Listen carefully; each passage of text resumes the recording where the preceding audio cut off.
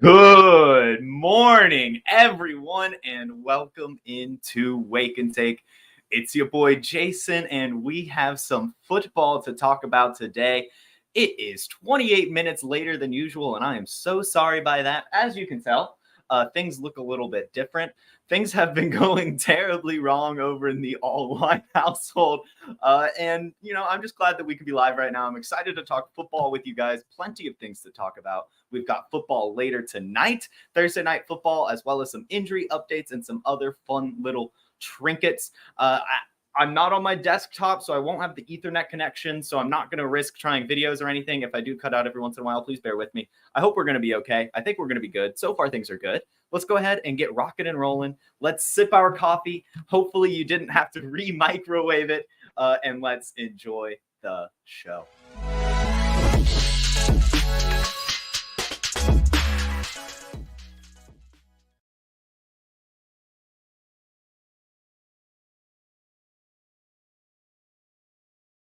Whoa, is it still going? Oh, okay. All right. Yeah. All right. First things first. I had a very good video for you guys. I had a very good video for you guys tomorrow. Hopefully everything is back to normal tomorrow. I think I'm going to have to go buy some cables and maybe a new camera and a couple other fun things. And that video can show tomorrow. Trust me, it's great Kyle Pitts propaganda, and I can't wait to share it with you guys. But a funny story. Amon-Ra St. Brown, if you guys remember on Thursday Night Football, was doing the pump and celebration, if you will. And actually, it came out later that Dan Campbell was warned by the refs that if Amon-Ra St. Brown had done one more pump, he would have received a penalty for too much celebration. That would have been hilarious to see. If you remember the Key and Peele skit, that's exactly what they were doing. Just the referees counting how many pumps are going into the celebration. And eventually they would, call the flag. So the NFL is doing that. The NFL is looking at how many pumps you're throwing into your celebration. So look out, wide receivers and other guys who like to celebrate.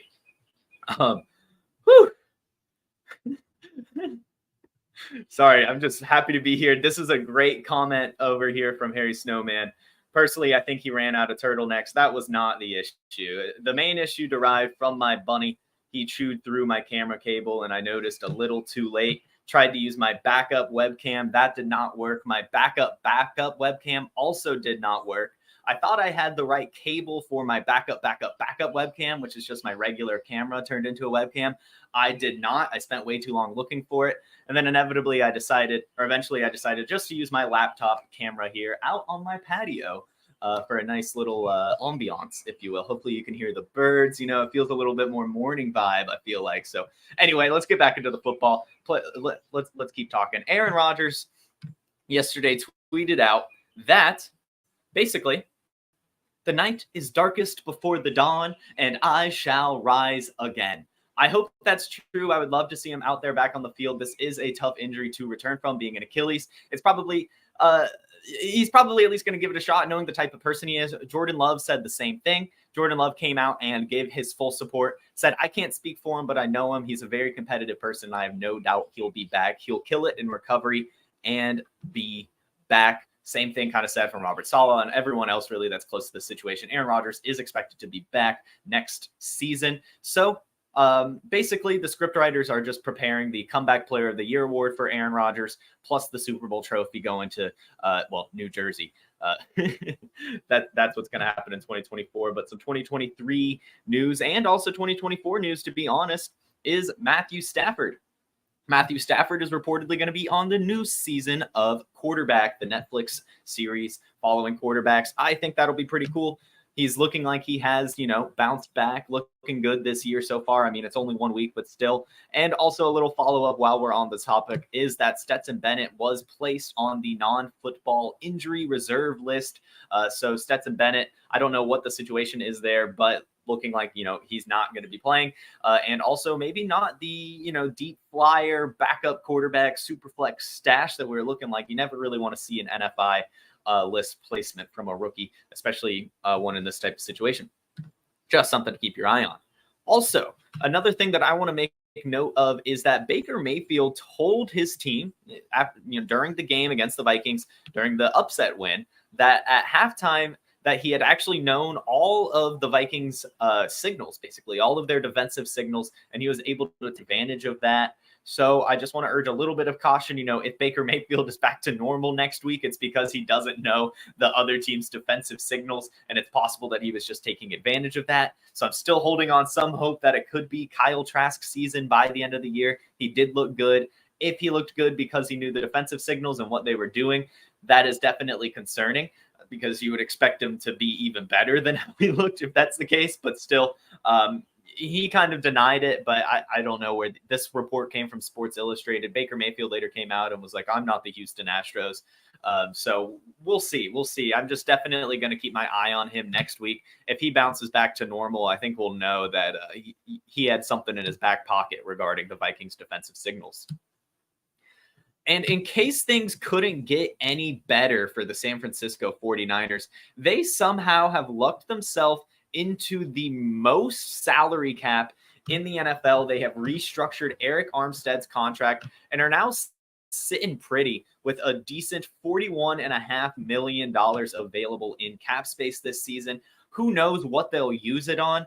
I mean, it's the San Francisco 49ers. How much better can they get? How many more players do they need? I'm sure they'll be saving it in case an injury happens, but definitely something to keep track of. That's a lot of money to be available right now.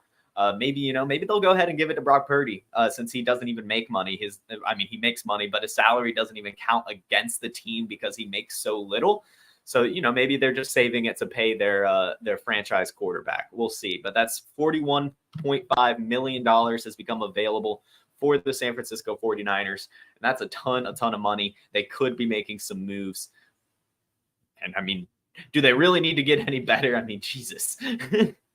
Next up, the NFLPA.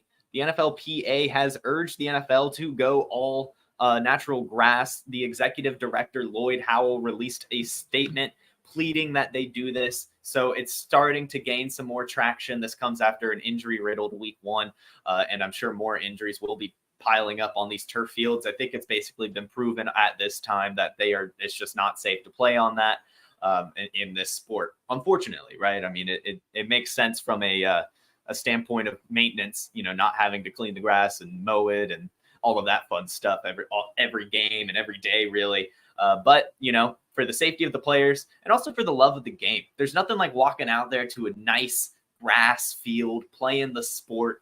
And it would be cool to have a little bit of that, that classic feel back in the league. So this is definitely a story that I hope that I hope eventually happens, and that it keeps developing, and that we see natural grass become 100% across the board in the NFL.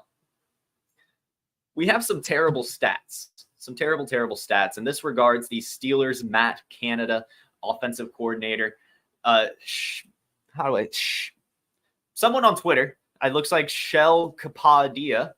The Steelers' offense has now gone 36 straight games without gaining at least 400 yards of offense. That's really bad. But to put it in perspective, there have been 269 instances since 2021 where an offense has gained at least 400 yards in a game. But again, 0 in 36 straight games for the Pittsburgh Steelers. Yes, there's some important context here in that it's, it was Ben Roethlisberger's basically last season. And then you had, Kenny Pickett's rookie year, a little bit of Mitchell Trubisky. And now you just have a really tough matchup against the 49ers. But still, how do you not get 400 yards at least once and now over 2 seasons of football? Definitely concerning there. Hopefully the offense gets on track, but that is not a good stat to be a part of. Watch, though, next week they'll get 400 yards, like 405 yards, and this stat will be completely thrown out the window. We have another bad stat, and this one regards Justin Fields, who, as we've talked about now, is that this passing game is just quite not there, and we hoped it would be. Arjun Menon on Twitter: Justin Fields has an outlier performance on Sunday, and not in a good way. Since 2018, he's one of 4 quarterbacks that had an average time to throw of above 3.2 seconds and an average depth of target 5 yards or lower in a single game. The other 3 quarterbacks are Ian Book, Sam Darnold, and Zach Wilson. That's bad. The guy had tons of time to throw and still wasn't taking any chances.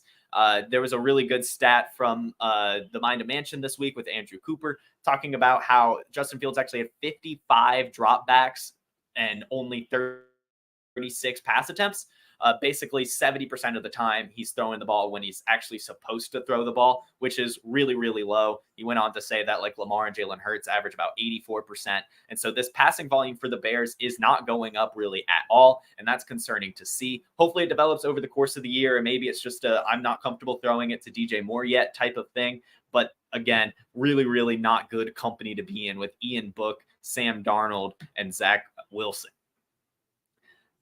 Darren Waller has an issue with his hamstring. We all know it. What's going on? Well, we still don't quite know, but Darren Waller did come out himself yesterday and say that it's nothing with the hamstring and that he thinks that it might be a nerve issue, nerve damage maybe, that's causing this. I don't know what that means. I don't know if nerve damage means more like more concern, less concern. The sleeper alert said minor fantasy alert.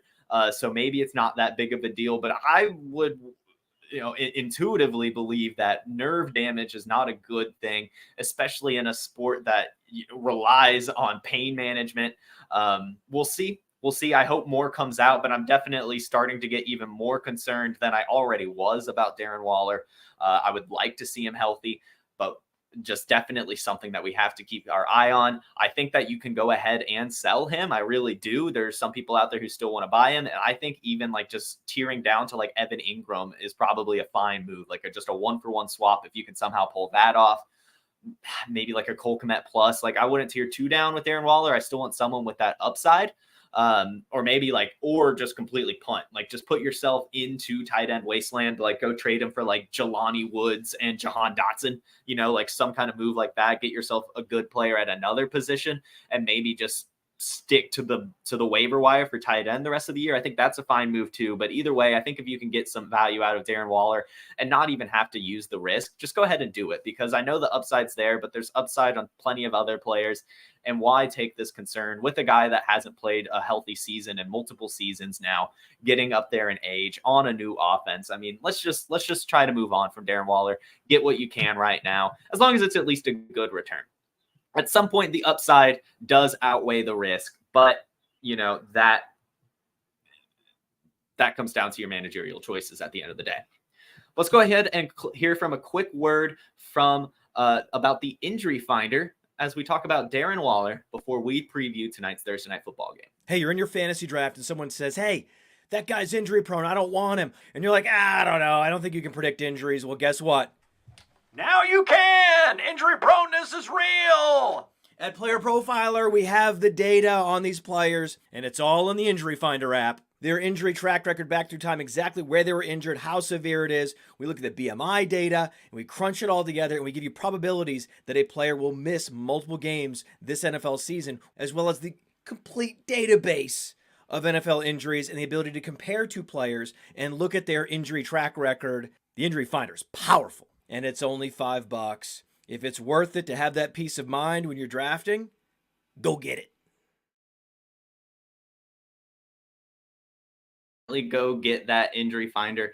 It has some really, really great data out there and really does put into perspective how much a risk a player carries, especially when it comes to their injuries. Let's go ahead and check out these comments real quick. Again, thank you so much for joining in today. We've got the Thursday night preview. You got tons of news. It's Thursday. Dakota says this man has an unlimited supply of turtlenecks. This is not quite unlimited, but I do definitely have a ridiculous amount of turtlenecks. There's no man says the rabbit planned it all night. It's true. It's true. Yeah. And this is now the second camera he's chewed through. So I probably just got to be better. I had the door closed. I was like, I don't even care. I finished Trade Gods last night. I'm just unplugging everything and going to bed. But no, should have not done that because somehow the bunny got to it and broke my camera. Let's see.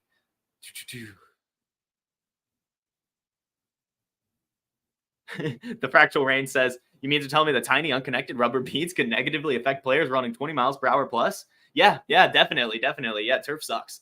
That's coming from someone who plays soccer. Still, I hate playing on turf. I wish we could just play on grass, but someone makes money off of this and they've somehow made the NFL want to do this. There's been some sort of everything. They're going with the turf. But we'll be back to natural grass soon enough, I'm sure. Jason, you're saying press the panic button on Darren Waller. Yeah, I think so. I think that you should get out from under him in some way. I still want to get some sort of value. Like, I'm not just like dropping him or whatever, but I'm sure you could get a decent return to where you're not really that upset. Maybe tomorrow morning. So you guys, if you have Darren Waller, I encourage you, go see what you can get. Put him on the block. Don't accept anything. Come in tomorrow morning on Wake and Take, and we'll break it down. I'll say, yeah, that's a good enough return for Darren Waller. Go ahead and do that. Go ahead and send some offers out there. Put them on the block, and we'll discuss it tomorrow morning. Join me. But let's talk about Thursday night football. We're treated to a good game tonight. We've got the Vikings taking on the Eagles. Doesn't get much better than that. Team that was just in the Super Bowl versus an offense versus a team that just won their division, coming off an upset loss against the Buccaneers. It's in Philadelphia, so that's always tough for Minnesota. But it still figures to be a pretty good game. They're expecting 49 total points. The Eagles, of course, are favored by 7, given they're the home team. Plus, they're already a better team as well. But I think that it could end up being a little bit close. I think that Philadelphia winning by 7 still makes sense. I don't think I'm confident enough in the Vikings covering that. But I guess the Patriots just did. So there's always a world where that's possible. The big news here is that Kenneth Gainwell is out with a rib injury that he picked up. He's going to be full go for week 3. This is just more the first victim of the quick turnaround of the Thursday night football. You don't want to play him at less than 100%. I think to me that proves that the Eagles do view him as their bell cow, that they didn't want to risk him and then end up having to rely on Swift and Penny long term. They want Kenneth Gainwell to be healthy, and that's a big takeaway. Now, in terms of how I think this game could go, I do think that Justin Jefferson is going to have a tough game against Darius Slay. Is he still probably going to cross that 50 yardage mark? Yeah. Could he still score a touchdown? Yeah, but I'm definitely not expecting him to, go over 100, get that 150 like he did last week. It's going to be a tough game. Last time he played against him, Jack Kavanaugh pointed out on Player Profiler today. Last night, if you want some more Thursday night preview, he did a good job, but he pointed out that Darius Slay got 2 interceptions last time they played the Vikings. So it's going to be tough sledding for Justin Jefferson, which opens the door for Jordan Addison to have another good game. James Bradbury is not expected to play either, so he should have a really decent matchup on the outside. And so he could bounce off. And a player I also think could have himself a really good game is TJ Hawkinson. And that's because the Eagles don't have Chauncey Gardner-Johnson anymore. They don't have Kaiser White anymore. They lost another linebacker. The name is slipping my mind, but still. And we just saw Hunter Henry have a decent game against them. I think TJ Hawkinson is going to get the volume again. And if Justin Jefferson is slowed down, TJ Hawkinson's going to get a ton of usage and could be a really, really good start tonight. I'm using him in my DFS, which we'll talk about later. And in terms of the Eagles, I feel like that this could be an A.J. Brown game. It just feels right. Devontae Smith got the touchdown last week. A.J. Brown probably gets the touchdown this week, and I'm expecting at least one big explosive play from him tonight. I'm really feeling a good A.J. Brown game. But also, you guys know I am a Slim Reaper fan, and he's also really good at football. I still view Devontae Smith as someone who's going to, at least get you that 10 points tonight. But I'm feeling like it's going to be A.J. Brown, kind of the leader in the doghouse for tonight's game. We'll see, though. We'll see. And in terms of the running backs outside of Kenneth Gainwell, it's going to be all 3. They haven't said if Rashad Penny is going to be used or not. He was a healthy scratch last week.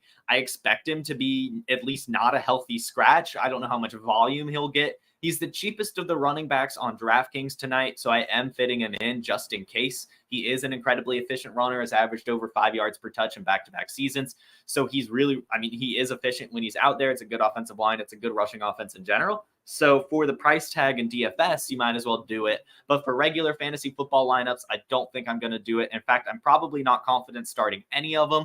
Boston Scott's, if any of them, I think is probably penciled in to get a touchdown off of the 1 yard line, a classic goal line carry for Boston Scott tonight. And then DeAndre Swift is just going to be the big question mark. If he gets the same workload Kenneth Gainwell did, then we'll be looking back and being like, damn, that was probably the start of the week, because if he gets that kind of volume, I can't see him not producing in this offense. And he did look decent in the preseason, has looked good in camp. So it might just come down to him needing to get some usage. Either way, I do think that one of these running backs will probably pop off tonight. It's just a matter of who. For me, I'm putting Penny in my DFS lineup just in case because he's the cheapest. But I think that Swift is probably the one more likely to get most of Kenneth Gainwell's workload. And Boston Scott is probably still locked into a short yardage stuff. So if Penny does play, it's probably only like 5 touches. That's my whole guess. That's my guess of everything. I will say that Kenneth Gainwell being out does open the door for these guys. If any of them do pop off, I think that it is possible that it could start working into a committee. I don't think that it makes sense for the Eagles to limit DeAndre Swift to 2 touches a game. I think it does make sense for that to go up as the year goes on. So it's just something to keep an eye on. If one of these guys perform well, I think that they could actually earn themselves some sort of usage in this offense. Let's see if we've got some comments here. Harrison says, I think the Vikings are going to make this closer than people think. Swift should have a game against an opponent he knows, but that is a two-edged sword. Great point. Great point. And you think that the Eagles wide receiver and Goddard get most of the work versus Minnesota secondary? Yeah, I mean, I think it's going to be more of a passing game or like a Jalen Hurts shoulder game. I mean, that's probably possible, right? I mean, who knows, right? Maybe at the end of this, it's Jalen Hurts who gets all of Kenneth Gainwell's rushes and just goes crazy. But it's gonna be a good game. I'm excited. This is a really good primetime game, and it's football, right? We're early in the season. We're still in the honeymoon phase of this season, so let's go football. It's gonna be good. It's gonna be good. I have a little treat for you guys, and this isn't, hey, copy me, but these are a couple things I liked. This is my underdog ticket for tonight. I always do 5 because I just like to shoot for the stars. I always just put $1 on 5 and hope it hits. It sometimes happens. So these are the ones I liked. TJ Hawkinson higher than 8.5 points. Like I said, I think that he's got a pretty decent matchup tonight. I think that he'll be able to at least get 8.5 points. I mean, that's basically 1 touchdown. So I think he can get there.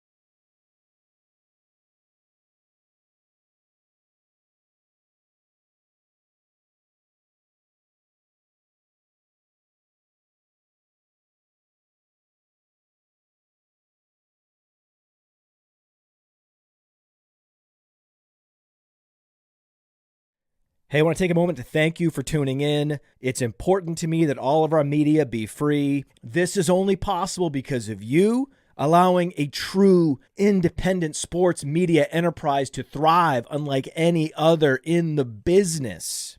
So please subscribe to the All In Package to continue to make all of this possible, to ensure that all of our stats, information, data, content is available to you, especially you, the people that get the site and get the show.